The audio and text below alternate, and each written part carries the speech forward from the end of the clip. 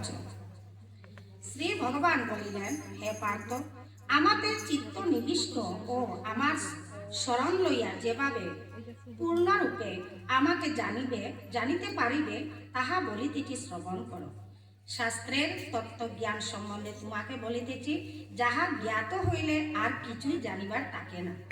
সহস্র মানব মধ্যে হয়তো কোনো একটি ব্যক্তি আত্মজ্ঞান লাভের জন্য চেষ্টা করেন, আবার সহস্র সহস্র আত্মজ্ঞান সম্পন্ন মানব মধ্যে জন্মার্জিত সুকৃতির বশে হয়তো মাত্র একজন ব্যক্তি আমার প্রকৃত স্বরূপ জ্ঞাত হন।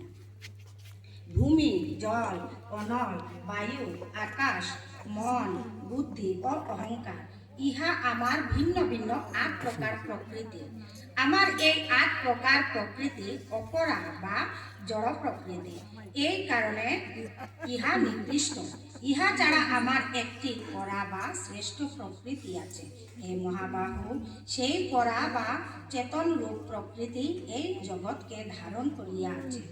সকল প্রাণী এই পরা ও অপরা প্রকৃতি হইতে উদ্ভূত। প্রকৃতি সহ আমি সমস্ত জগতের সৃষ্টি ও প্রলয়ের কারণ। হে ধনঞ্জয়, আমার অপেক্ষা আর শ্রেষ্ঠ কিছুই নাই। সূত্রে যেমন মণি সকল গ্রথিত থাকে, সেই রূপ আমাতেই বিশ্ব জগৎ বিরাজিত আছে। হে কৌন্তেয়, জল মধ্যে আমি রস স্বরূপ, আমি চন্দ্র ও সূর্যের প্রভাস্বরূপ, আমি সর্ববেদের প্রণব, আকাশে শব্দ ও মানবগণ মধ্যে পুরুষাকার, পৃথিবীর পবিত্র গন্ধ রূপে, সূর্যের তেজ রূপে, সর্বভূতে জীবন রূপে ও তপস্বীদের তপস্যা রূপে আমি বিরাজিত। হে পার্থ, সর্বভূতের আমি বীজ স্বরূপ জানিবে, বুদ্ধি এবং তেজস্বীগণের আমি তেজ রূপে জানিবে। হে ভারত কুলোদ্ভব, বলবানগণের কামরা বর্জিত বল আমি, প্রাণীকুলের ধর্ম অবিরোধী শাস্ত্রসম্মত কাম আমি জানিবে। সাত্ত্বিক, রাজসিক ও তামসিক ইত্যাদি যে সমস্ত ভাব বর্তমান, আমা হইতে ইহার উৎপত্তি, কিন্তু আমি উহাতে লিপ্ত নই, ওই সকল আমাতেই লিপ্ত। এই ত্রিগুণাত্মক ভাব দ্বারা জগৎ মোহিত। সে জন্যই ত্রিগুণাতীত চির অক্ষয় এবং অনাদি স্বরূপ আমাকে বিশ্বজগৎ জানিতে সক্ষম হয় না। ত্রিগুণাত্মক আমার দৈবী মায়া অতিক্রম করা খুবই কষ্টকর। অনন্য শরণ হইয়া যারা আমাকে ভজনা করেন, তাহারাই শুধুমাত্র এই দুস্তর মায়া অতিক্রম করিতে সক্ষম হইয়া থাকেন।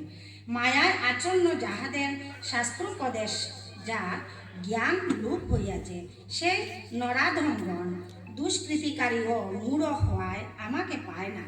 হে ভরত কুলোদ্ভব, আর্ত আত্মজ্ঞান লাভেচ্ছ, অর্থকামী ও জ্ঞানী এই ৪ প্রকার সুকৃতি পরায়ণ মনুষ্যগণ আমার ভজনা করেন। আবার এই ৪ প্রকার ব্যক্তিগণ মধ্যে আমার পরায়ণ জ্ঞানী শ্রেষ্ঠ। আমি জ্ঞানীর অত্যন্ত প্রিয়, আবার জ্ঞানীও আমার অত্যন্ত প্রিয়। এই ৪ প্রকার পুণ্যবানগণই উদার। ইহাদের মধ্যে জ্ঞানী আমার আত্মার স্বরূপ, ইহাই আমার অভিমত। কারণ জ্ঞানী সর্বশ্রেষ্ঠ, পরাগতি স্বরূপ আমাকেই আশ্রয় করেন। জ্ঞানী বহু জন্মের পর শেষে বুঝিতে পারেন যে একমাত্র বাসুদেবই অর্থাৎ আমি ঈশ্বর। সুতরাং এইরকম মহাপুরুষ জগতে দুর্লভ। কামনার প্রভাবে যাহার জ্ঞান লুপ্ত, সেই সব লুপ্ত বিবেকীগণ আপন আপন প্রকৃতির বশবর্তী হইয়া অন্যান্য দেবতার আরাধনা করিয়া থাকেন। যে সমস্ত ভক্ত শ্রদ্ধা সহকারে যে দেবতার উপাসনা করেন, আমি সেই দেবতাতে তাহার অচলা ভক্তি প্রদান করিয়া থাকি। যে সকল ভক্ত অচলা শ্রদ্ধা সহকারে যে দেবতার আরাধনা করেন, সেই দেবতা তাহার সকল বাসনা পূর্ণ করেন, কারণ আমার কর্তৃক সেই সকল বিহিত হয়।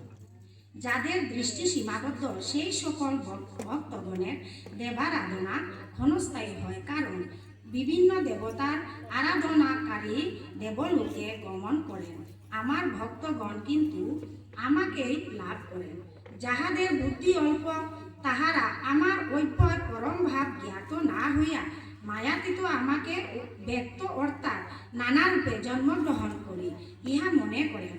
আমি মহামায়ার আচ্ছন্ন থাকায় সবার নিকট প্রকাশিত নয়, তজ্জন্য মূঢ় ব্যক্তিগণ আমাকে জন্মরহিত ও অব্যয় বলিয়া বুঝিতে পারেন না।